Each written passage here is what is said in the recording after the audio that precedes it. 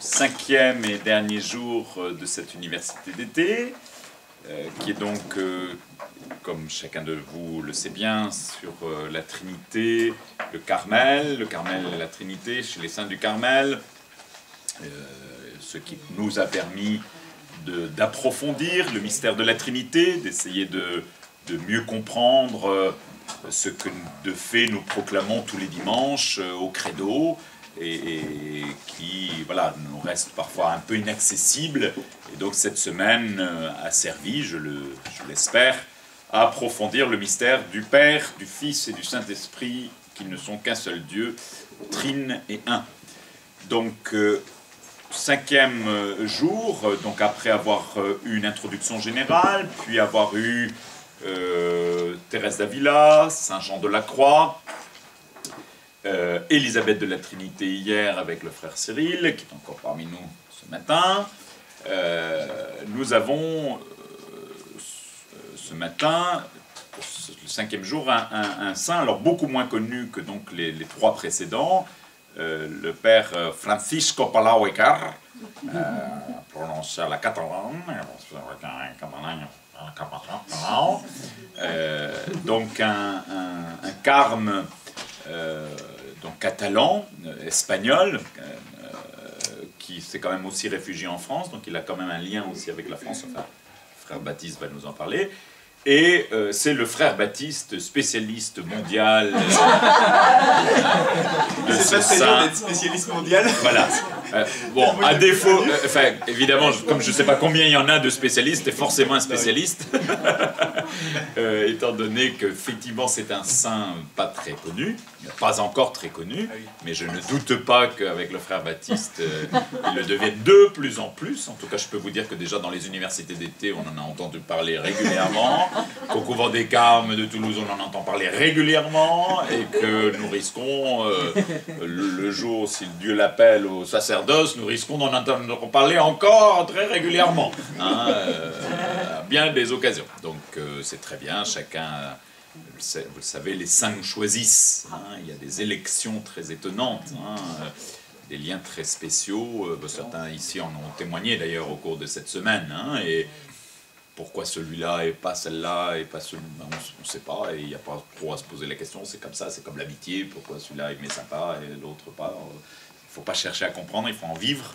hein, et en profiter. Donc je crois que le Père Palau a choisi le frère Baptiste. Je crois que le frère Baptiste a également choisi le frère Palau, le Père Palau. Donc nous réjouissons de découvrir. Enfin, le frère Baptiste, tout le monde le connaît, puisque c'est le secrétaire de l'Institut Jean de la Croix, ex-secrétaire, ex-secrétaire général de l'Institut Jean de la Croix, qui est parti...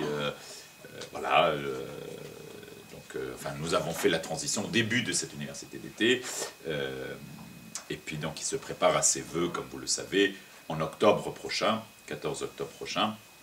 Donc il vient d'achever ses 5 ans d'études normales, c'est-à-dire 2 ans de philo et 3 ans de théologie, qui est le minimum qui nous est demandé dans notre formation. Voilà, donc il vient d'achever avec... voilà, un mémoire sur un sujet tout aussi étonnant que tout le reste, mais je me souviens plus, tellement original que j'ai pas retenu. C'était quoi déjà? En fait, c'était sur le bienheureux François Palau. Évidemment, on s'en alors, tous mes devoirs, je les fais sans citer Palau, sauf le dernier, et en fait, les devoirs précédents, c'était des devoirs crypto-Palau. C'était un thème qu'étudiait Palau, que j'ai étudié avec un autre angle d'approche. Et là, ce dernier devoir, j'essayais d'approfondir une des 3 missions de Palau. La première, c'est celle qu'on va voir aujourd'hui, c'est révéler la beauté du mystère de l'Église. Donc ça, c'est la plus importante, c'est la plus éclatante, peut-être la plus lumineuse. Le deuxième, c'est mettre le prophète Élie au centre de la vie du Carmel. Donc c'est-à-dire, c'est faire basculer le Carmel, si vous voulez, dans la dimension élianique, qui est aussi bien à ses racines qu'à sa fin, puisque le prophète Élie, c'est le prophète aussi de la fin des temps qui doit préparer le retour du Christ. Donc ça, c'est la deuxième mission, le lien entre Élie et le Carmel. Et la troisième mission, et qu'on verra pas aujourd'hui, c'est la dimension politique du ministère de l'exorcisme. C'est-à-dire qu'il s'est rendu compte au XIXe siècle, qui était le sien, que les démons avaient une puissance de plus en plus grande, et notamment, non pas seulement sur les personnes, mais aussi sur les nations. Et il a compris intérieurement, par une lumière spirituelle qui lui venait de sa vie érémitique, de sa vie contemplative, qu'il était nécessaire de revisiter le ministère de l'exorcisme, tel que Jésus l'avait confié à ses apôtres, tel qu'il était un peu oublié encore à l'époque, et d'en voir les bienfaits, non seulement pour la libération des personnes, mais aussi pour la libération des nations. Et il disait en fait que tant qu'on ne prendrait pas conscience de cette vérité fondamentale, eh bien les démons garderaient une emprise non seulement personnelle, mais aussi collective, et la prédication de l'évangile aurait toujours un obstacle puissant devant lui, puisque on laisse justement au pouvoir des ténèbres, un peu comme l'appelle saint Paul, là, on laisse justement une force qui fait que la résistance devient de plus en plus forte, et donc les prêtres dans les paroisses s'épuisent, tous ceux qui essayent de promouvoir la vie humaine font face à des obstacles inexplicables, si ce n'est par la liberté qu'on laisse justement aux puissances du mal d'avoir une emprise sur les âmes, et parce qu'on ne fait pas usage des pouvoirs que Jésus nous a donnés. Donc voilà, troisième mission. Mais on va commencer... Donc ce n'était qu'un apéritif. Je laisse donc... Vous avez compris. Je laisse donc le frère Baptiste développer le thème d'aujourd'hui, qui est donc l'Église et la Trinité chez le Père Palao. Vous voyez que ce sont des sujets qui sont importants. Est-ce que ça voudrait dire, frère, est-ce que ça voudrait dire, frère, selon ce principe-là, que quelqu'un, mettons, qui serait totalement inconnu, qui apparaîtrait en politique et qui arriverait à être président, serait soutenu par le prince de ce monde? Alors, en fait, c'est sûr que pour se prononcer sur les cas concrets et actuels, on peut dire pourquoi pas. Ça je le sais pas. Je suis pas introduit dans les mystères du... Mais ça veut surtout dire, en fait, ce que fait Palao avec cette question-là, c'est qu'il apaise beaucoup les choses, puisqu'il donne le véritable problème, qui n'est pas justement une sorte de complot international, mais qui en fait... et qui se situe beaucoup plus haut, c'est-à-dire dans le monde spirituel, et il donne les justes solutions qui sont celles que Jésus a proposées à son Église, ce qui fait qu'il désamorce, si vous voulez, une certaine angoisse générale, et il donne des réponses très concrètes et très faciles à mettre en place. Mais ça, vous voyez, c'est le plan un petit peu, c'est l'aspect obscur de la mission de Palao, c'est justement de lutter contre les puissances des ténèbres, mais il y a un arrière-fond beaucoup plus fondamental et beaucoup plus lumineux, qui est la manifestation du mystère de l'Église et de sa beauté. Et justement, c'est parce que l'Église est une épouse, l'épouse de l'agneau, une épouse à servir, qu'on va essayer de la défendre contre ses ennemis qui l'attaquent. Mais pour la défendre, il faut déjà bien la connaître et bien accueillir justement le mystère de son être en fait personnel. Parce que l'Église, pour Palao, et pour toute la tradition de l'Église, est une personne mystique. Donc c'est ce qu'on va essayer d'étudier aujourd'hui, et on va voir comment cette personne mystique, qui est l'Église, l'épouse du Christ en fait, celle que Jésus pendant sa vie terrestre avait toujours devant les yeux, celle pour laquelle il s'est incarné, on va voir comment cette épouse mystique est, on pourrait dire, le secret le plus intime de la Trinité, le plan que la Trinité a sur le monde, ce pourquoi la Trinité a créé le monde, et ce que la Trinité veut nous révéler au fond du cœur. Et à partir du moment où on accueille le mystère de l'Église tel que la Trinité l'a pensé et tel que la Trinité veut nous le révéler, on pourrait dire que dans notre vie se réalise une sorte d'anticipation du projet de Dieu sur le monde. C'est-à-dire, ce qui va se passer à la fin des temps, lors de la résurrection des morts et de la descente de la Jérusalem céleste du ciel sur la terre, ce qui va se passer à la fin des temps s'anticipe dans notre cœur par la foi, l'espérance et la charité. Et on devient, un peu comme ce que dit saint Paul dans la lettre aux Éphésiens, ceux qui ont la chance d'avoir espéré par avance. Cette récapitulation de toutes choses dans le Christ.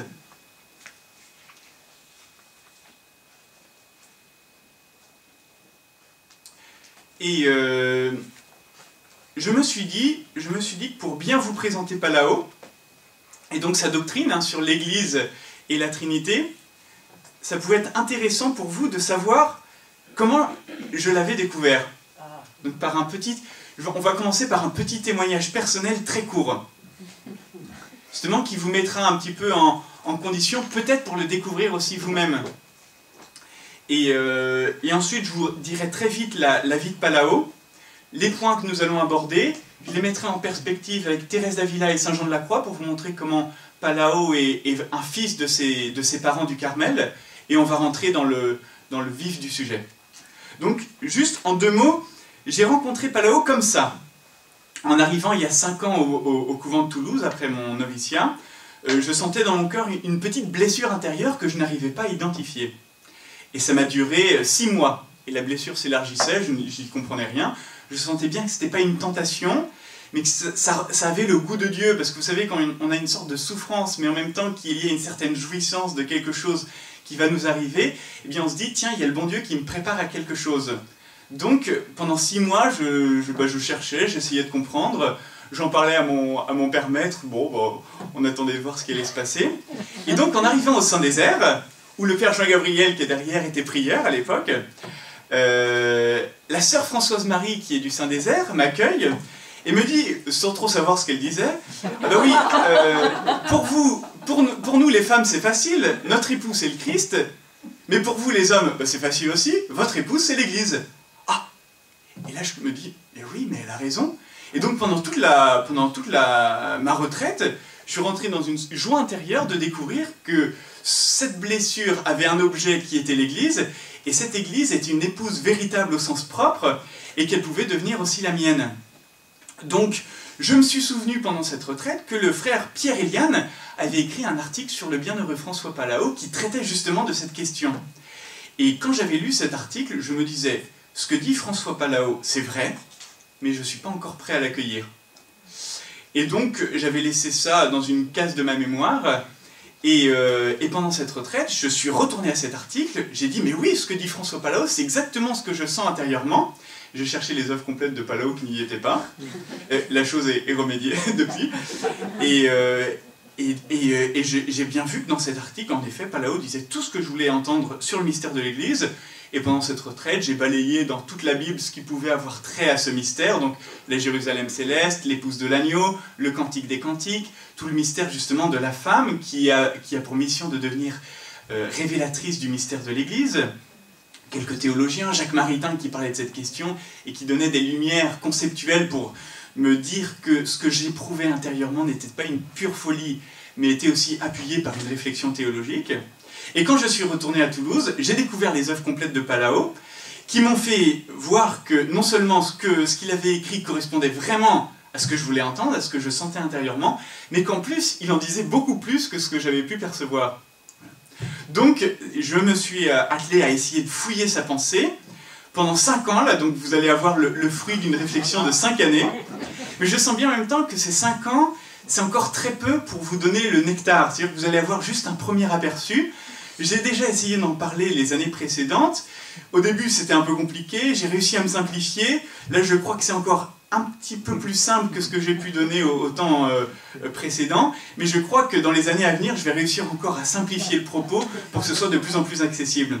Parce que si vous ouvrez les œuvres de Palao, vous allez vous rendre compte qu'il est quand même difficile d'accès, parce que c'est tout un monde intérieur dans lequel il faut être quand même introduit pour pouvoir y comprendre quelque chose. Ou alors peut-être découvrir par vous-même le mystère de l'Église, et alors là vous rendre compte que tout ce que dit Palao, ça correspond à ce que vous vivez, et alors là ça va être très facile d'accès. Voilà, il y a 2 portes possibles. Moi je vais essayer plutôt de vous présenter son œuvre pour que, si vous ouvrez ses livres, si vous ouvrez ses œuvres complètes, eh bien vous puissiez vous y retrouver et trouver dans ses écrits un objet de contemplation. Du mystère peut-être le plus beau qui puisse être contemplé, puisqu'il s'agit du mystère le plus précieux qui habite d'abord le cœur de la Trinité et qui nous est révélé. Quand je parle d'ailleurs de mystère, on pourrait dire que c'est l'unique mystère, parce que saint Paul, quand il utilise le terme de mystère dans la lettre aux Éphésiens, c'est pour parler du mystère de l'Église.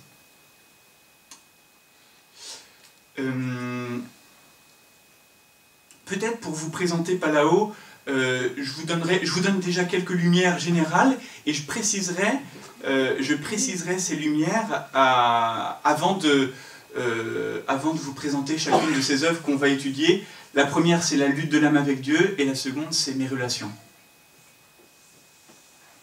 Et pour rentrer dès maintenant dans le vif du sujet, je vous propose d'abord, avant d'avoir des lumières pour l'intelligence, de poser des actes de foi qui seront nécessaires pour y comprendre quelque chose. C'est un peu comme quand on a une fusée pour aller sur la Lune, il faut déjà commencer par allumer le moteur, et ensuite la fusée peut s'élever. Bon, bah, nous, on va commencer par allumer notre moteur en posant quelques actes de foi qui nous permettront justement d'aller sur la Lune, c'est-à-dire de découvrir le mystère de l'Église avec le bienheureux François Pallaot. Donc, on peut commencer par poser des actes de foi qui vont nous donner, si vous voulez, la substance de ce qu'on va essayer d'étudier. Au nom du Père, du Fils et du Saint-Esprit. Amen. Je vous salue Marie, pleine de grâce, le Seigneur est avec vous. Vous êtes bénie entre toutes les femmes, et Jésus, le fruit de vos entrailles, est béni. Sainte Marie, Mère de Dieu, priez pour nous pauvres pécheurs, maintenant et à l'heure de notre mort. Amen. Alors, comme premier acte de foi, je vous propose, mais chacun est libre, je vous propose tout simplement de poser un acte de foi dans la personne du Père. C'est-à-dire que nous sommes réunis sous son regard, et donc il est bien présent au milieu de nous. Il nous surplombe par son regard, qui nous créateur, qui nous aime. Et nous sommes tous ici parce qu'il l'a voulu, et nous sommes ici comme ses enfants bien-aimés. Deuxième acte de foi, je vous propose de croire en la présence de Jésus qui est là au milieu de nous et qui, depuis le début de cette semaine, tisse des liens avec chacun d'entre nous, nous incorpore de plus en plus à son humanité pour faire de nous les membres de son corps. Troisième acte de foi, croyons en l'Esprit Saint qui, depuis le début de cette semaine, tisse des liens de charité entre nous, qui crée la communion, qui nous unit à Jésus pour faire de nous les membres de son corps et qui nous tourne chacun d'entre nous vers le Père. Donc la Trinité est en nous, au fond de notre âme, mais nous sommes aussi en elle, puisque c'est sous le regard du Père, incorporé au Fils, dans la charité de l'Esprit Saint, que nous sommes tous réunis ici. Maintenant, ce que l'on peut faire, c'est entrer dans une dynamique d'intercession. Donc tournons-nous vers le Père, et puis dans l'Esprit Saint, uni à Jésus, je vous propose de prier pour une personne qui est ici. Seigneur, je te demande de bénir mon frère ou ma sœur qui est à ma droite ou à ma gauche, ou celle ou celui qui en a le plus besoin. Et à chaque fois que nous demandons ça, dans la foi, l'espérance et la charité, Dieu nous répond instantanément et communique sa grâce à tel ou tel frère.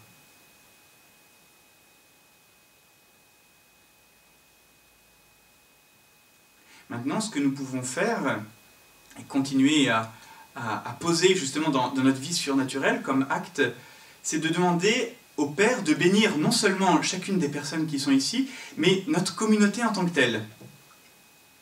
Père, en ton Fils bien-aimé, je te demande de bénir l'université d'été qui est réunie ici au Brousset.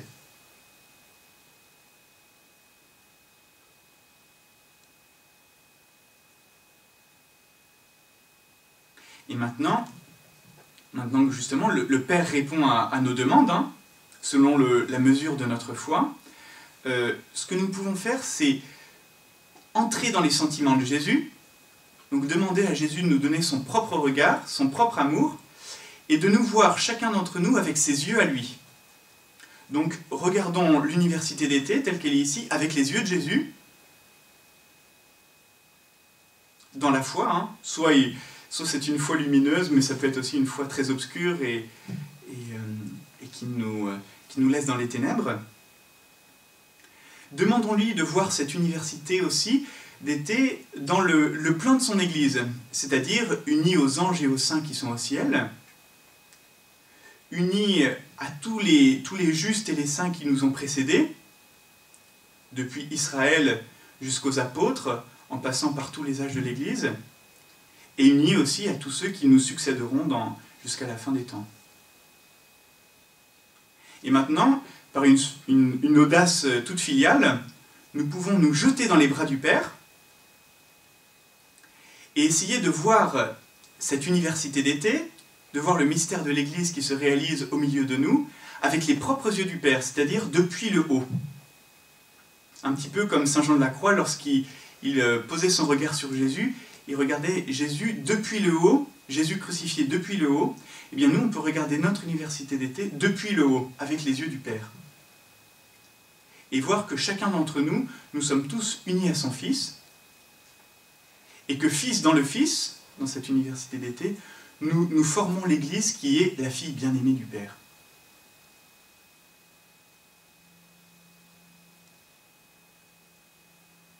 Et nous pouvons demander, justement, avec le Père, unis au Père, d'aimer cette université d'été, d'aimer l'Église qui se forme au milieu de nous, avec son propre cœur, avec son Esprit Saint. Au nom du Père, et du Fils, et du Saint-Esprit. Amen. Donc vous voyez, ce qu'on a fait par des actes de foi très simples, mais aussi sûrement très obscurs pour chacun d'entre vous, c'est un peu la substance de ce qu'on va voir avec le bienheureux François Pallaot. D'une part, on va scruter le mystère de l'intercession, comment l'intercession, depuis notre misère, nous fait, par l'Esprit Saint, nous unir au Fils pour nous tourner devant la face du Père, afin que le Père réalise, par notre prière, son plan bienveillant sur le monde, son plan bienveillant qui n'est autre que l'Église. On va voir comment nous sommes associés aux œuvres de Dieu, aux œuvres de la Trinité pour le monde, au service de l'Église. Premier point, on va scruter le mystère de l'intercession, et c'est ce que Pallaot a mis en forme dans un livre qui s'appelle « La lutte de l'âme avec Dieu », écrite entre 1840 et 1843 dans un contexte assez tourmenté où l'Église d'Espagne était persécutée.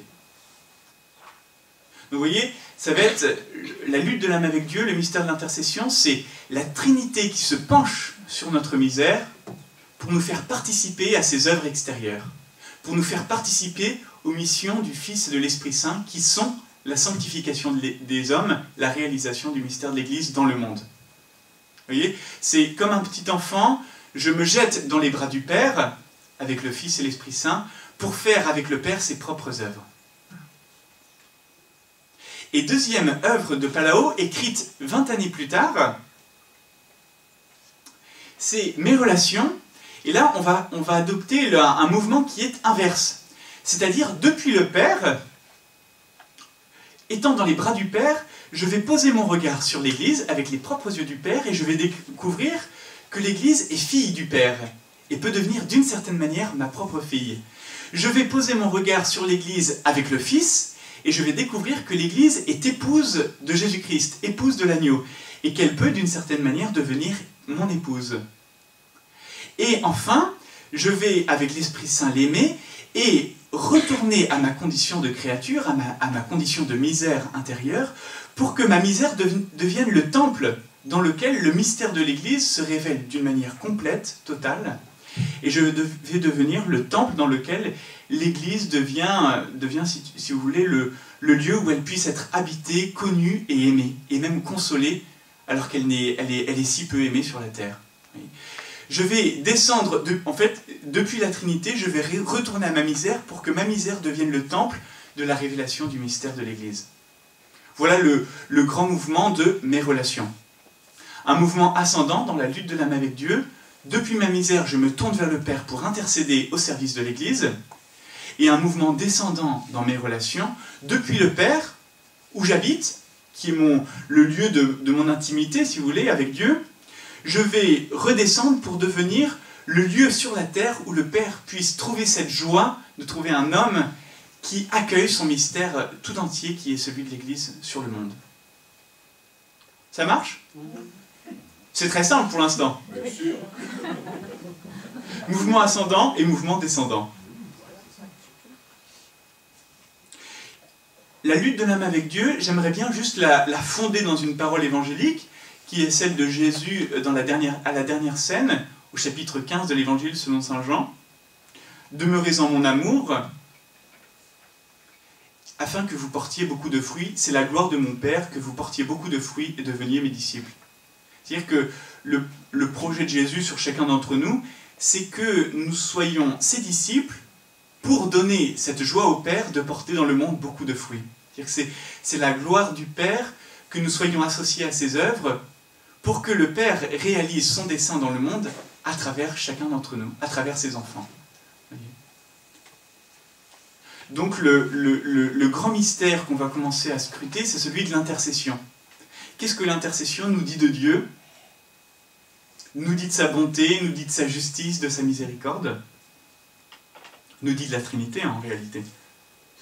Et le deuxième plan que nous allons étudier, c'est celui de mes relations. Qu'est-ce que... et je voudrais le fonder sur cette parole évangélique en Matthieu 16. « Je te bénis, Père, Seigneur du ciel et de la terre, d'avoir caché cela aux sages et aux savants, et de l'avoir révélé aux tout-petits. » Qu'est-ce que cela qui est caché aux sages et aux savants?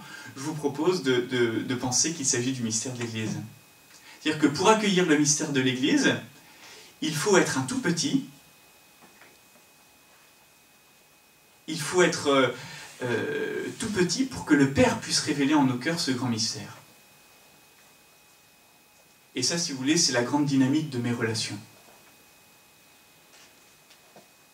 Celui de la révélation. Lutte de l'âme avec Dieu, mystère de l'intercession. Mes relations, mystère de la révélation. Évidemment, il ne s'agit pas d'une révélation qui dépasserait celle de l'Évangile. Il s'agit seulement de scruter ce que Jésus nous a dit dans les Évangiles et dans toute la Bible.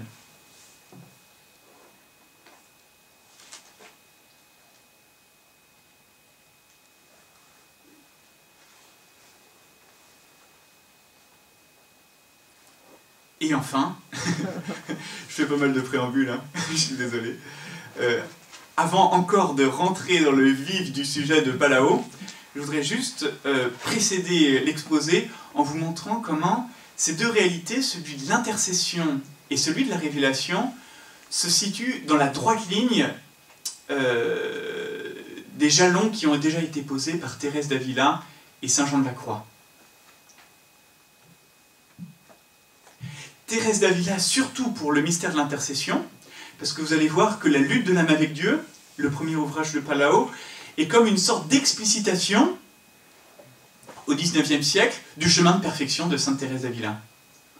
Parce que lorsqu'au XVIe siècle, Thérèse d'Avila écrit le chemin de perfection, qui est, si vous voulez, la charte de la carmélite parfaite, elle va montrer comment une carmélite ne va découvrir le sens véritable de sa vocation que dans le mystère de l'intercession. Le monde est en feu, le Christ est en train d'être crucifié à nouveau, parce que les hommes sont en train de secouer le joug de l'Église, sont en train de la blesser de l'intérieur par le schisme et l'hérésie.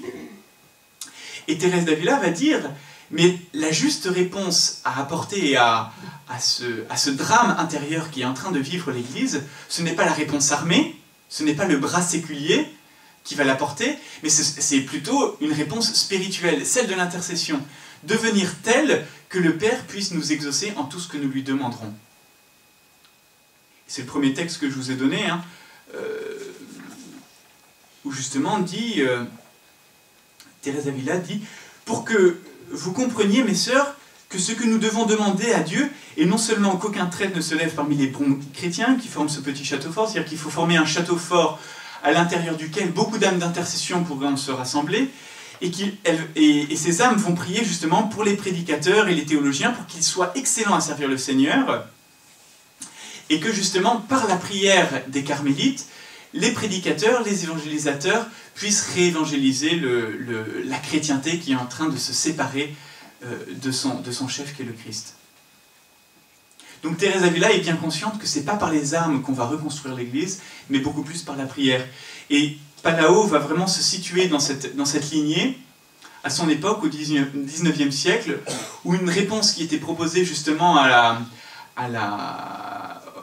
au défi qui était celui de la modernité, était une réponse armée qui était celle du carlisme, et sur laquelle je reviendrai tout à l'heure. Et Palao va dire, mais non, c'est beaucoup plus par l'intercession qu'on va contribuer au bien de l'Église. Et deuxième, et on va voir beaucoup d'autres liens qui vont se tisser avec Thérèse d'Avila. Mais voilà, la lutte de l'âme avec Dieu se situe dans la droite lignée de l'intercession. De la même manière que Thérèse d'Avila nous montre comment nous tourner vers le Père pour obtenir du Père tout ce que nous voulons, par le mystère de son Fils présent dans la Sainte Eucharistie que nous pouvons réoffrir à chaque messe qui se célèbre, eh bien Palao va utiliser les mêmes armes, si vous voulez, celle de se tourner vers le Père pour offrir au Père un sacrifice de louange et de réparation qui soit susceptible d'obtenir du Père une bénédiction, non seulement pour toute la chrétienté, mais aussi, plus particulièrement, pour le relèvement d'une nation chrétienne. Et ensuite, deuxième saint dans lequel le Père Palao se situe pour essayer de scruter les lumières qui lui sont confiées, c'est Saint Jean de la Croix, son père au Carmel, qu'il connaît très bien.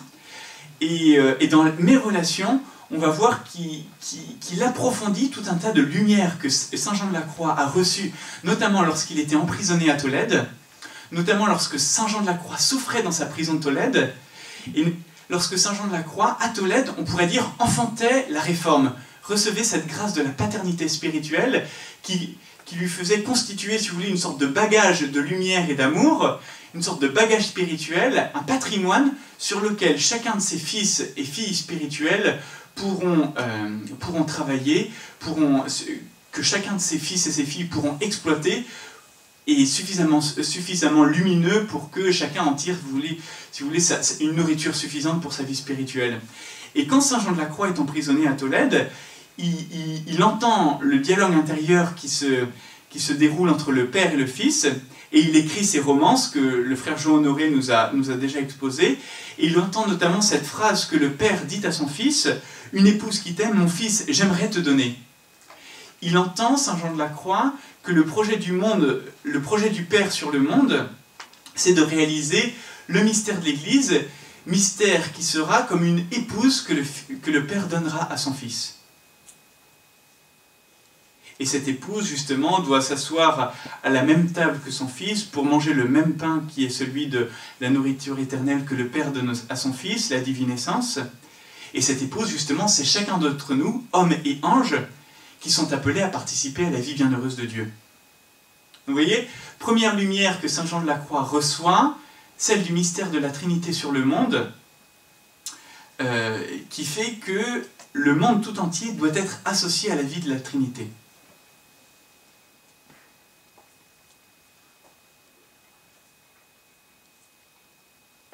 Et deuxième lumière que Saint Jean de la Croix va recevoir et qu'il va expliciter dans les années qui viendront, c'est celle qu'il expose dans son cantique spirituel, lorsqu'il dit qu'une âme, parce qu'elle est déifiée, doit participer aux œuvres de la Trinité, et doit donc être transformée dans chacune des personnes de la Trinité. Et Saint Jean de la Croix va beaucoup exploiter la transformation de l'âme dans la personne du Saint-Esprit, mais il va aussi dire que l'âme doit être transformée dans les deux autres personnes divines, c'est-à-dire non seulement dans le Saint-Esprit, mais dans la personne du Père et dans la personne du Fils. Et vous voyez, si vous conjuguez ces deux lumières, celle du dessein du Père sur le monde qu'il dit à son Fils, et celle de la transformation de l'âme dans chacune des personnes de la Trinité, eh bien vous allez bien comprendre que Palao va se dire et va expérimenter par sa vie,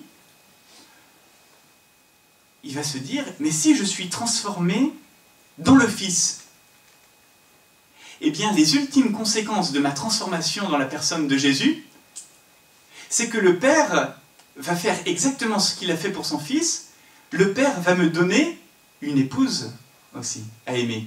De la même manière que le Père éternellement a dit à son Fils, une épouse qui t'aime, mon Fils, je voudrais te donner, eh bien moi, qui suis transformé dans le Fils, le Père va me donner aussi une épouse à aimer, qui est l'épouse de l'agneau, l'épouse du Fils. Vous voyez, les ultimes conséquences de la transformation dans la deuxième personne de la Trinité, c'est que le Père va me donner à moi aussi une épouse à aimer, qui n'est autre que l'Église.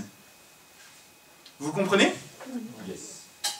Et de la même manière que Saint Jean de la Croix nous disait que nous pouvons être transformés dans la personne du Père, nous pouvons participer à la paternité du Père. C'est un peu ce que Saint Paul dit dans la lettre aux Éphésiens, le Père de qui toute paternité procède.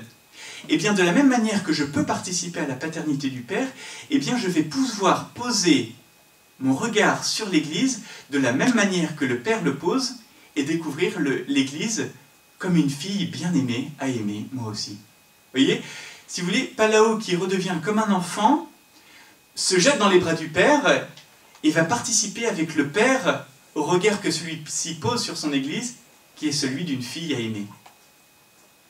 Si vous voulez, là on retrouve même des intuitions très profondes dans la Bible, dans Osée ou Ézéchiel, où on voit Dieu se pencher sur Israël comme d'un fils qu'il nourrit, ou comme d'une fille qu'il va aussi éduquer. Voyez ? Et Palaos dit, évidemment, moi je ne suis qu'une toute petite créature, mais par sa grâce, le Père me donne de participer à sa paternité et de regarder l'Église comme lui-même la regarde. Ça va ? Donc avec ces deux lumières, celle de l'intercession et celle de la révélation, nous avons tout ce que nous allons exploiter avec Palao, même si vous voulez, on a suffisamment... on pourrait s'arrêter là. On pourrait s'arrêter là parce que nous avons tout ce que nous allons essayer d'expliciter, d'approfondir, de comprendre de mieux en mieux. C'est beau, hein? Moi, ce que je trouve très, très exaltant, en fait, avec le bienheureux Palao, c'est qu'il nous donne, si vous voulez, il nous donne de dilater notre cœur, en fait, c'est ça. C'est-à-dire que, autant Saint Jean de la Croix, il le dilate en nous faisant participer aux opérations internes de la Trinité, il nous dit comment participer à la vie intérieure de la Trinité, autant Palao poursuit l'œuvre de son Père, Saint Jean de la Croix, et nous dit comment participer aux œuvres extérieures de la Trinité. Et c'est très exaltant parce que on sent bien quand on suit Palao, on suit même Jésus dans son ultime commandement, qui est d'aimer comme lui-même a aimé. C'est-à-dire que, vous savez, dans les évangiles synoptiques, Jésus dit, le premier commandement, c'est d'aimer Dieu, et le second, qui lui est semblable, c'est d'aimer son prochain comme soi-même. Et dans l'évangile selon saint Jean, on voit bien que Jésus nous dit, aimez-vous les uns les autres comme je vous ai aimé. C'est-à-dire, participez à mon propre amour. Et lorsque l'on regarde quel est l'amour de Jésus pour l'Église, de Jésus pour les hommes, c'est justement son amour pour l'Église, qui dans un même acte d'amour, nous fait aimer Dieu le Père et aimer le prochain. Vous voyez ? On va découvrir avec Palao que la fine pointe, si vous voulez, de l'amour de Dieu et du prochain se résume dans l'amour de l'Église. Avec Palao, si vous voulez, tout se simplifie, parce que nous aimons comme Dieu. Bon, on rentre, on va expliciter toutes ces lumières d'une manière plus précise, avec en rentrant, si vous voulez, dans le vif du sujet. Premier point, la lutte de l'âme avec Dieu, mystère de l'intercession.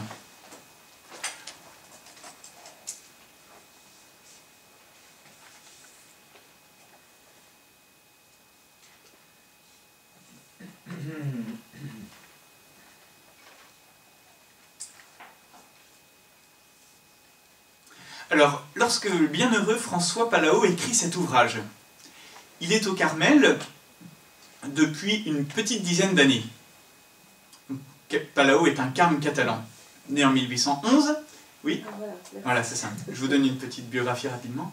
Donc, il est un carme catalan, ce qui lui donne un caractère bien trempé. Et donc, il rentre au Carmel en 1811. Il naît en 1811 d'une famille assez pauvre, appauvri d'ailleurs par les guerres napoléoniennes, puisque la ferme de son père était annexée par les troupes de Bonaparte. Donc il grandit dans un contexte assez troublé et tourmenté, ce qui donnera d'ailleurs une lumière sur ses œuvres qui gardent un aspect tourmenté, vous le verrez. Donc il grandit, il se fait remarquer comme tous les saints par sa spiritualité, il se fait aussi remarquer par la vivacité de son intelligence, qui fait que sa sœur va l'aider à rentrer au séminaire en lui donnant une petite bourse. Et après quelques années au séminaire, il se rend bien compte que sa vocation n'est pas d'être simplement prêtre séculier, mais c'est d'être prêtre régulier, donc de rentrer au Carmel. Donc il rentre au Carmel en 1832, au noviciat à Barcelone. Il fait ses vœux, assez vite, parce qu'à l'époque, on faisait ses vœux 1 an après son entrée. Et en 1835, son couvent brûle. Pourquoi? Parce qu'on est dans l'époque, une des époques les plus troublées de l'histoire d'Espagne, celle des guerres carlistes, qui font suite justement à la mort de Ferdinand VII, le roi, et on se battait sur la succession qu'on allait donner au roi. Est-ce que ça allait être la fille du roi, donc Isabelle II, qui n'avait à l'époque que 3 ans, ce qui supposait une régence de Marie-Christine qui était, elle, plutôt favorable aux libéraux, ou est-ce que ça allait être Don Carlos, que la frange plus traditionnelle de l'Espagne de l'époque soutenait, et qui, pour lui, pour le coup, allait plutôt essayer de promouvoir l'Église dans ce qu'elle avait, dans ce qu'elle avait toujours vécu en Espagne. Et donc il y a une guerre très troublée qui s'oppose, une guerre même fratricide qui s'oppose entre les deux. D'une part les carlistes, plutôt adeptes d'une vision traditionnelle de l'Église au centre de la vie de l'Espagne, et les libéraux, plutôt adeptes des idées révolutionnaires, qui à partir de 1835 vont triompher, et vont mettre l'Espagne à feu et à sang, persécuter l'Église, annexer les biens de l'Église, un peu tout ce qu'on a vu d'horreur même de la Révolution française va se reproduire en Espagne à cette époque. Donc le bienheureux François Palau, qui est dans son couvent, voit son couvent brûler, certains de ses frères égorgés, lui-même réussit à s'échapper in extremis, et pendant 5 ans il va mener une sorte de vie d'errance dans des grottes comme ermite ou auprès de paroisses pour un service temporaire. Il va devenir missionnaire apostolique pour essayer de réévangéliser l'Espagne jusqu'en 1840, où les persécutions seront telles qu'il sera devenu impossible de continuer à prêcher en Espagne. Donc le bienheureux François Palau est exilé en France, d'abord dans le coin de Perpignan, et ensuite dans le coin de Montauban, à Livron, où il va mettre en forme la doctrine qu'il avait élaborée depuis quelques années, qui est celui justement de la lutte de l'âme avec Dieu, le grand mystère de l'intercession. Il va se rendre compte que la réponse armée qui était celle des carlistes sera insuffisante pour essayer de faire revivre l'Église en Espagne. L'Église qui était sur le point de mourir, parce que non seulement on persécutait les prêtres qui étaient fidèles au magistère, fidèles à l'Église, mais on essayait de créer un petit peu comme ce qu'on avait fait en France, par une constitution civile du clergé, on essayait de créer une sorte d'église étatique, d'église schismatique, et de tomber, si vous voulez, dans une église qui était, selon certains aspects, semblable à celle de l'anglicanisme. Vous voyez, on est au bord d'un schisme, au bord d'une rupture avec Rome, et Palau va se dire, pour sauver l'Église, je n'ai pas d'autre moyen que d'intercéder pour l'Église et de faire participer le plus grand nombre de priants à cette mission d'intercession et au relèvement de l'Église. Ça marche ? Donc vous voyez, on est dans un contexte très troublé qui va expliquer d'ailleurs certains accents de Palau qui seront, on pourrait dire, dramatiques. Palau va beaucoup accentuer sur le drame que vivait l'Église de son époque, et on peut le comprendre.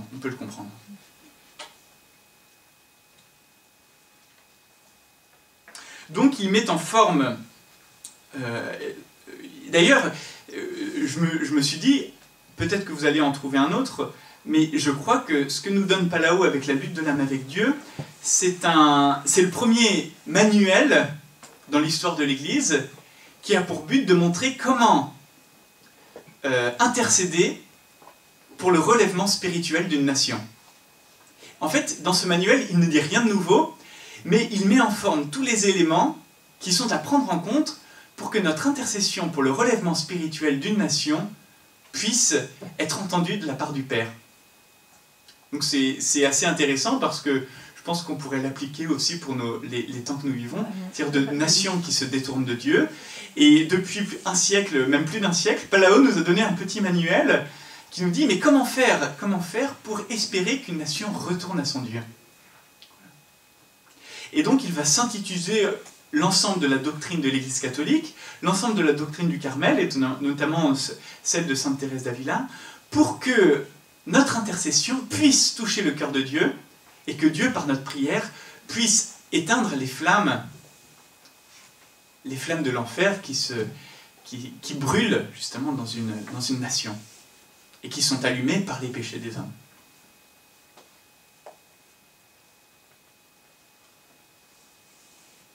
Donc premier point, je voudrais juste voir avec vous, réfléchir d'abord avec vous sur une grande loi que Palao donne,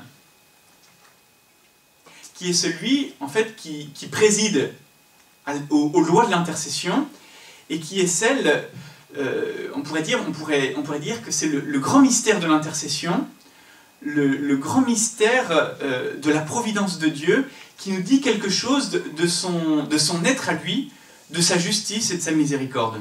Donc je vous la lis.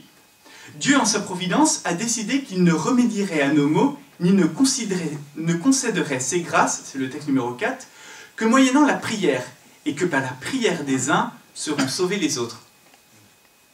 Vous voyez, Palao va beaucoup réfléchir sur le mystère de l'intercession et se rendre compte qu'aucune grâce n'est donnée dans le monde sans que quelques âmes, qu'elles soient cachées ou qu'elles soient visibles, n'intercèdent auprès du Père.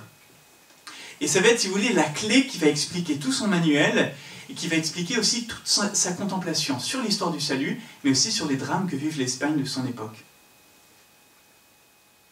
Et cette loi-là, il va la faire résonner dans l'ensemble de son manuel en la mettant sur la bouche de Jésus. Jésus qui dit, comme roi des nations, je te dis, toi âme qui me prie, que je ne te donnerai aucune grâce et je ne donnerai aucune grâce à tes frères si jamais tu ne me le demandes pas dans l'Esprit Saint. Et Palao va aussi mettre cette loi dans la bouche de Marie en disant, Marie va dire, mais si vous ne me priez pas, je ne communiquerai pas mes grâces. Et il va aussi mettre les lois dans la bouche des anges et de Saint Michel, les anges disant « Mais nous avons les mains chargées de bénédictions divines, mais vous ne priez pas avec confiance et amour, si bien que nous ne déversons pas ces grâces sur cette nation qui est en feu, qui est à feu et à sang. » Et je trouve cette loi intéressante, cette loi de l'intercession, parce qu'elle repose sur le mystère de la miséricorde de Dieu. Dieu tellement miséricordieux qu'il ne veut pas nous sauver sans nous associer à son œuvre de salut. On pourrait dire, Dieu est suffisamment puissant pour sauver le monde sans nous, et pourtant il ne veut pas le faire, parce que le but premier de son œuvre dans le monde, c'est de nous faire ressembler à lui, et de nous faire sauveurs comme lui, de nous faire co-rédempteurs avec lui. Si bien que sa miséricorde va jusqu'à se limiter dans la dispensation de ses grâces, en ne les donnant que dans la mesure où il nous associera à la propre prière de son Fils. Vous voyez ? Et si vous voulez, c'est une loi fondamentale qui repose sur la miséricorde de Dieu à notre égard. Si Dieu ne donne pas ses grâces, si Dieu ne relève pas l'Église de notre temps, du temps de Palao, c'est parce que nous n'avons pas suffisamment pris en compte cette miséricorde de Dieu qui ne voulait ne rien faire, qui ne voulait rien faire sans nous. Et cette miséricorde, vous voyez, va donner une certaine couleur à sa justice, qui est justement cette même justice, de se limiter dans l'octroi de ses grâces à notre prière. Si nous participons à l'œuvre de Dieu par notre prière, eh bien, en justice, Dieu va communiquer ses grâces à chacun de nos frères. Mais si nous ne prions pas Dieu avec toute la miséricorde que cela toute la confiance et l'amour que cela suppose, eh bien, en justice, il ne va pas donner ses grâces à nos frères. Voyez ? Et c'est à travers cette grande loi de l'intercession, ce grand mystère de l'intercession, que Palao contemple le dessein de Dieu sur sa nation.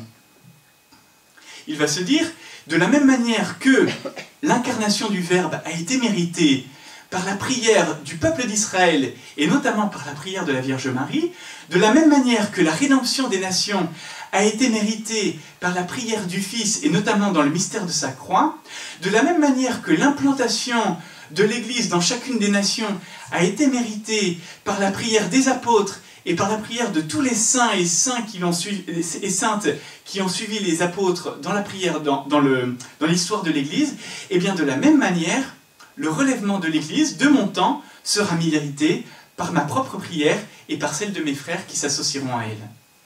Vous voyez ? Vous voyez,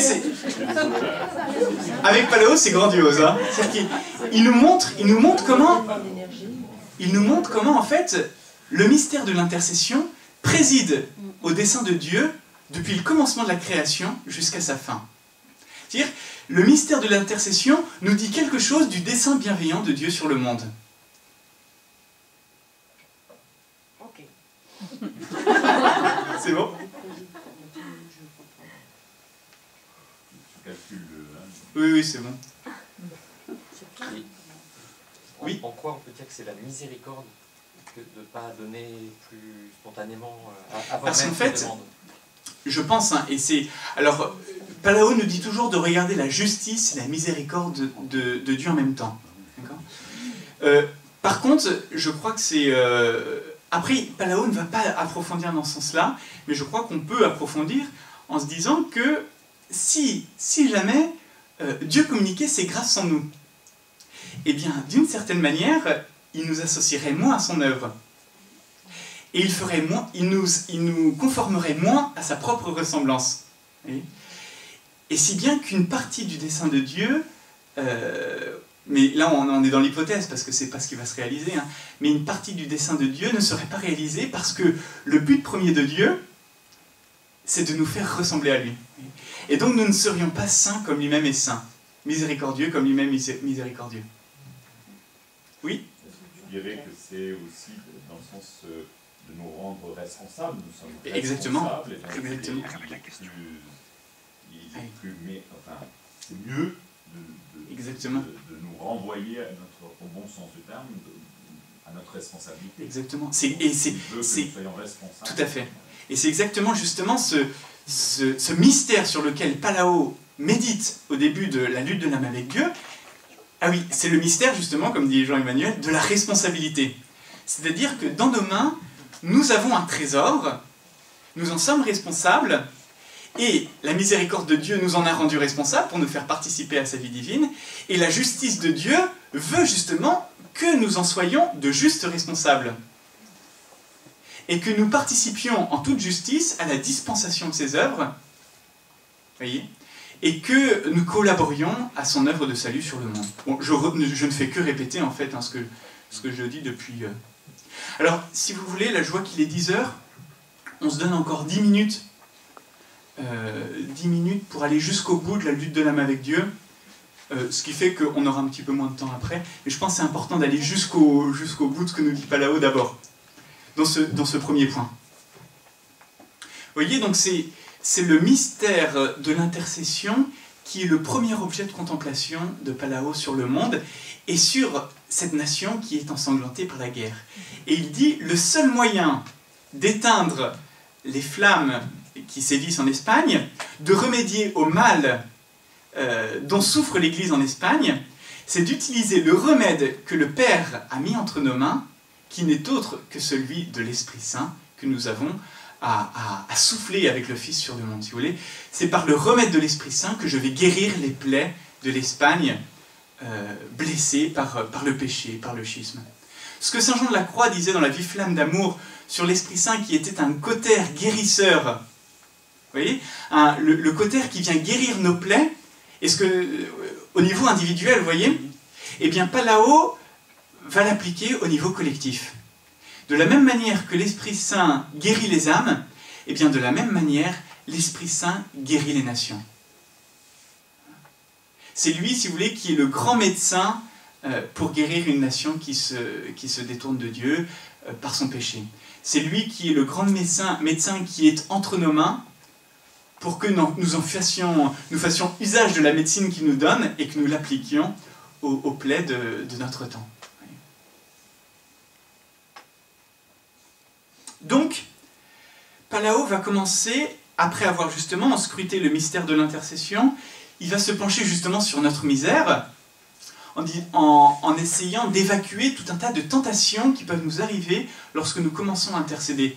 Et que le diable va bien sûr insinuer. C'est-à-dire, à moi tout seul, je ne pourrais pas par ma prière relever un peuple tout entier. Je suis trop petit. Alors c'est vrai que je suis petit. Mais le diable va nous enfoncer dans notre petitesse pour nous faire désespérer. Ou alors, peut-être moins, mais moi associé à d'autres, moi par moi-même, je ne peux pas relever par ma prière une nation tout entière. Et Dieu, il est tellement juste qu'il ne va pas m'écouter. Les péchés de mon peuple sont beaucoup trop graves pour que sa miséricorde se déverse sur elle. Vous voyez, ça, ce sont toutes les tentations que le diable va nous donner pour que nous ne prions pas, parce que le diable reste fin, et il sait très bien qu'une âme, lorsqu'elle prie pour une nation, est capable d'être entendue par Dieu, qu'elle va être même nécessairement entendue par Dieu, et que par sa prière, beaucoup d'âmes vont lui échapper. Donc Palao nous dit, attention, si vous commencez à prier pour un peuple, pour que l'Église puisse fleurir dans ce peuple, vous aurez, sans y faire attention, une armée, on pourrait dire, une armée de démons qui vont venir jusqu'à vous pour vous faire désespérer, pour vous faire abandonner votre poste. Donc, Palao nous dit, attention, votre misère, elle est le matériel sur lequel la miséricorde de Dieu va travailler, et elle n'est pas un obstacle, mais elle est justement ce par quoi vous allez être associé à la prière du Père. Vous allez être associé à la prière de l'Esprit Saint. C'est votre misère qui va attirer l'Esprit Saint pour vous introduire avec Jésus-Christ devant la face du Père. Donc ne faites pas de votre misère un obstacle à l'intercession, mais faites-en un tremplin. Et par votre misère offerte à l'Esprit Saint, vous allez être à vous seul capable de relever un peuple tout entier. Et Palao nous dit que l'intercession, pour être vraie et juste, doit être dans les dispositions d'une âme qui serait la seule à croire que par sa prière, elle peut relever un peuple tout entier. Ça ne veut pas dire qu'elle l'est effectivement, mais ça veut dire que nos dispositions doivent être telles que par notre prière seule, toute une nation se relève. C'est la foi, voilà, c'est ça. C'est un peu même Abraham devant Sodome et Gomorrhe.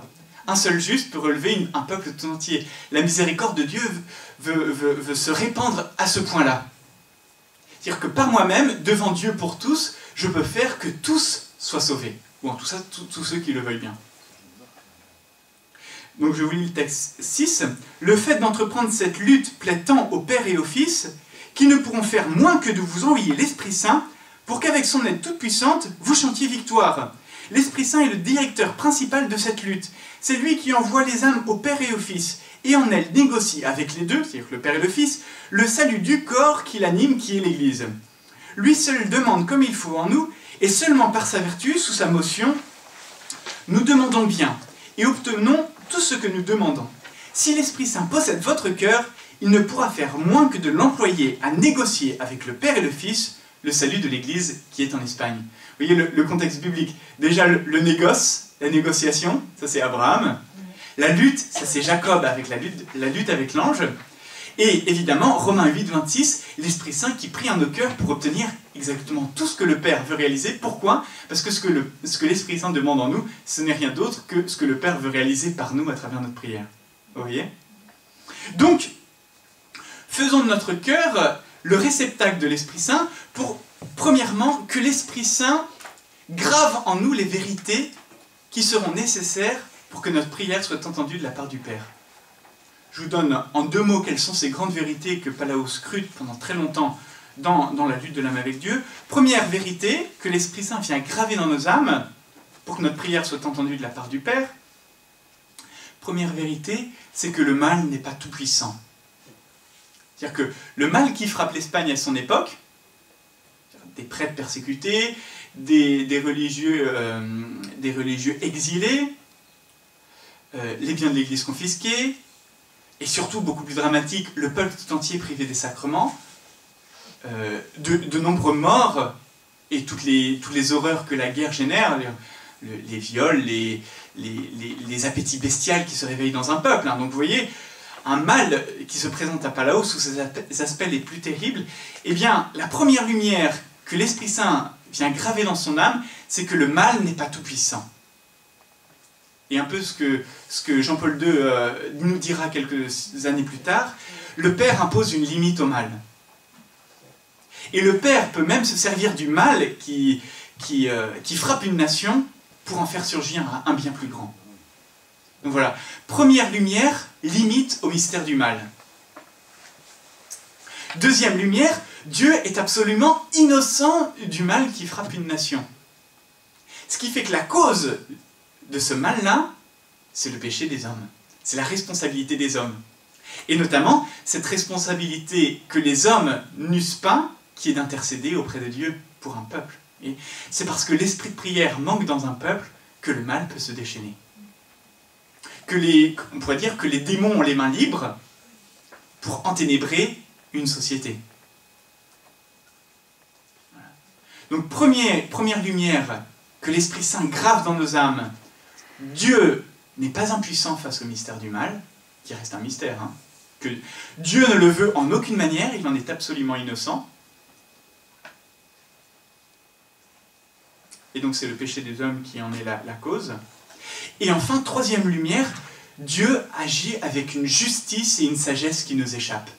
Mais nous devons croire par la foi que les chemins par lesquels le Seigneur fait passer une nation sont absolument justes et droits. C'est-à-dire que nous sommes englobés dans une sagesse qui nous dépasse. C'est ce que nous chantons dans les psaumes. Hein. Tu conduis les nations avec justice. Et toutes les nations viendront un jour se prosterner devant toi. Donc les chemins de Dieu sont absolument justes et droits, et ils nous dépassent, mais nous devons croire que les nations restent dans la main de Dieu. Rien, si vous voulez, rien n'échappe à la justice de Dieu. La manière dont il agit dans une nation, aussi étrange et mystérieuse qu'elle nous paraisse, reste absolument juste. C'est-à-dire que nous devons glorifier Dieu en sa justice et en sa miséricorde, qui se répandent même à travers les obscurités les plus sombres. Mais il ne faut pas en rester là. Quatrième lumière, il existe un remède au mal que Dieu permet dans une nation. Et ce remède, c'est la prière. C'est-à-dire que par notre prière, nous pouvons éteindre les flammes qui brûlent au cœur d'un peuple.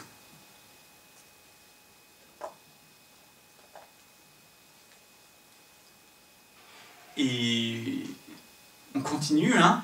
Palao va dire, attention, parce que notre prière seule, peut-être ne sera pas suffisante. Pourquoi ? Parce qu'il peut se faire que les péchés qui se répandent dans une nation soient tels que le seul sacrifice du Christ, renouvelé à chaque Eucharistie, on pourrait dire que seul le sacrifice du Christ porte en vérité.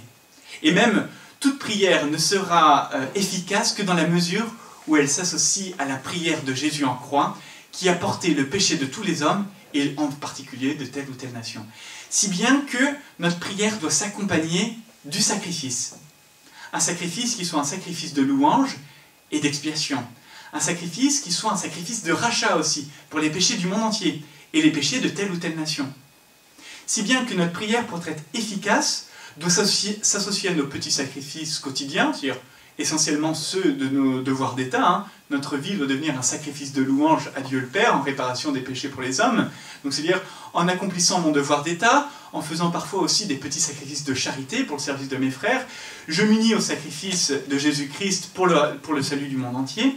Et surtout, cette union au sacrifice du Christ trouve sa réalisation la plus complète à l'Eucharistie. C'est-à-dire, à l'Eucharistie, j'offre Jésus lui-même comme sacrifice de louange pour le salut du monde entier, et telle ou telle intention qui m'habite, et là en particulier pour Palao, c'est le salut de l'Église en Espagne. Vous voyez ? Donc un remède existe, c'est celui de notre prière, associé à la grande prière de Jésus-Christ, dont le cœur nous est ouvert à chaque Eucharistie. Et qui, on pourrait même dire, qui nous est ouvert à chaque Eucharistie qui se célèbre, non seulement aujourd'hui, tout à l'heure, dans une heure ou deux, mais aussi à chaque Eucharistie qui se célèbre dans le monde entier. C'est-à-dire que je peux, par ma prière, m'unir à cette actualisation du sacrifice du Christ qui se réalise dans le monde entier par chaque Eucharistie qui se célèbre, qui se célèbre à droite et à gauche. Et si je m'unis bien à cette prière du Christ, si je fais mien les mérites de Jésus-Christ qui me sont donnés par son sang rédempteur à chaque Eucharistie, alors dans mes mains seront les trésors, des trésors de grâce et de sanctification suffisants pour offrir le salut à mon peuple aujourd'hui dans le lieu que j'habite. Vous voyez ? Et Palao nous dit que tant que l'Esprit Saint n'a pas gravé comme un sceau ces lumières au fond de notre cœur, eh bien, tant que nous ne l'avons pas laissé réaliser cette œuvre, eh bien, quelque chose manquera à ma prière. Soit parce que je vais manquer d'espérance, soit parce que tout de suite, je ne vais plus prier parce que, on pourrait dire, le démon aura triomphé de moi en me faisant même douter du mystère de l'intercession et douter de ma responsabilité.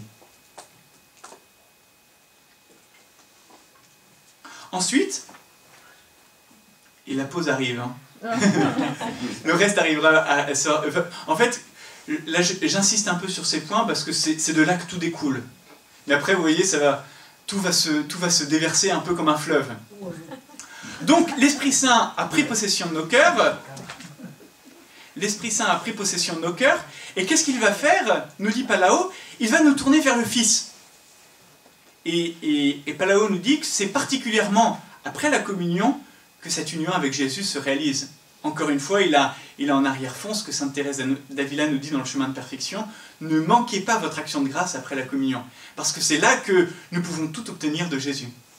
Donc, l'Esprit Saint nous unit à Jésus-Christ, et Jésus-Christ nous dit: si tu as la foi, si tu as l'espérance et la charité, je suis prêt à faire tout ce que tu vas me demander. Et comme ce que Palao nous dit, c'est que nous arrivons avec cette intention pour une nation, eh bien, Jésus-Christ va nous associer à la prière de tous ceux qui prient déjà pour telle ou telle nation. Donc, c'est-à-dire à la prière de sa mère, Marie, reine d'Espagne, qui prie pour l'Espagne au XIXe siècle. On pourrait dire maintenant Marie, reine de France, qui prie pour la France au XXIe siècle.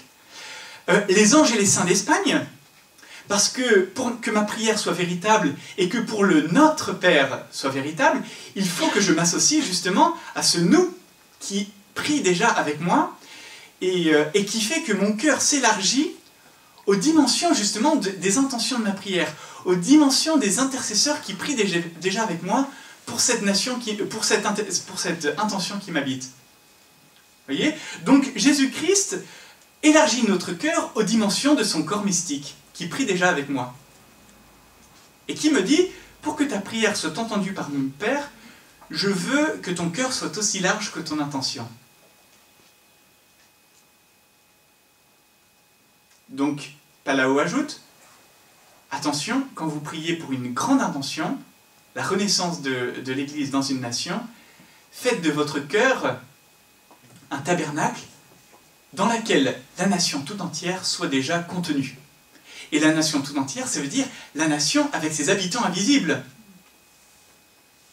Essentiellement, ceux du ciel, les anges et les saints, qui prient déjà avec moi. Et ma prière devient ecclésiale, et s'associe aussi à la prière de tous ceux qui prient déjà sur terre. Vous voyez, donc, Jésus-Christ me configure à la prière de son propre corps, de son propre cœur, pardon, et aussi à la prière de son propre corps mystique. Et enfin, c'est uni avec Jésus, avec tous les saints qui sont les membres de son corps, que je me tourne vers le Père, comme l'enseigne Palao, dans l'Esprit Saint, et que les mains du Père me sont ouvertes pour que j'obtienne de lui un trésor de grâce qui va se déverser sur le monde. Vous voyez, l'Esprit Saint m'a associé à la prière du Fils pour me tourner vers le Père, et ma prière ne s'achève véritablement que lorsque je suis tourné avec le Fils et l'ensemble de son corps mystique, donc l'ensemble des fils d'adoption du Père, pour que l'Église renaisse dans une nation. Et pour que l'ensemble des pécheurs deviennent des fils de Dieu. Vous voyez, en fait, c'est très simple. C'est simplement ce que nous dit saint Paul, mais que saint Paul et toute la tradition de l'Église, tout l'Évangile, même toute la tradition d'Israël, c'est ce que nous dit le bon Dieu depuis des années, et que Palao ressaisit pour que cet enseignement soit appliqué à telle ou telle nation, à telle ou telle époque donnée.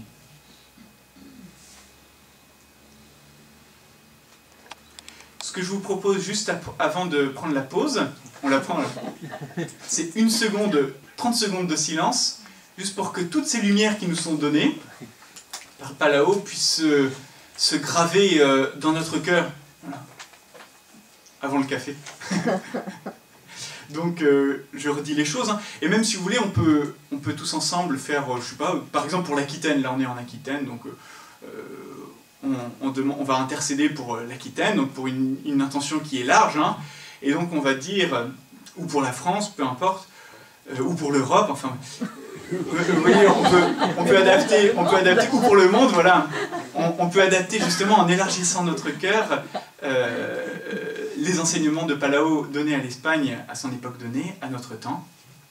Et donc ce qu'on va dire, On peut juste fermer les yeux et demander à l'Esprit Saint de venir graver en nos cœurs ces vérités.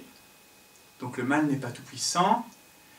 Le bon Dieu tient cette région, cette nation, notre continent, le monde entier dans ses mains. Il agit avec justice pour la conduite des peuples et la réalisation de son plan dans le monde. Par ma prière, il veut m'associer à son dessein bienveillant. Il envoie l'Esprit Saint dans mon cœur pour m'associer au sacrifice de Jésus. Jésus me fait participer à la prière des anges et des saints dans le ciel pour que ma prière soit véritablement ecclésiale. Il me fait participer aussi à la prière de tous ceux qui, en union avec le pape, prient avec moi.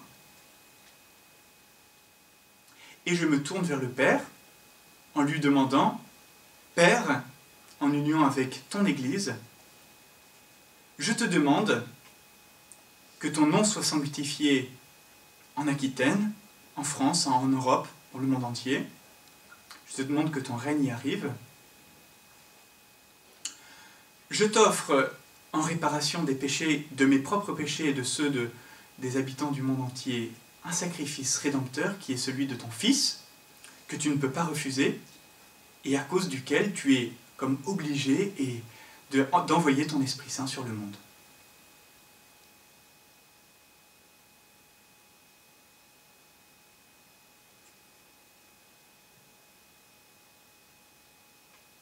Et si nous croyons que le Père, là, actuellement, nous entend, qu'il répand ses grâces efficacement, eh bien, le tour est joué. Au nom du Père, du Fils et du Saint-Esprit. Amen.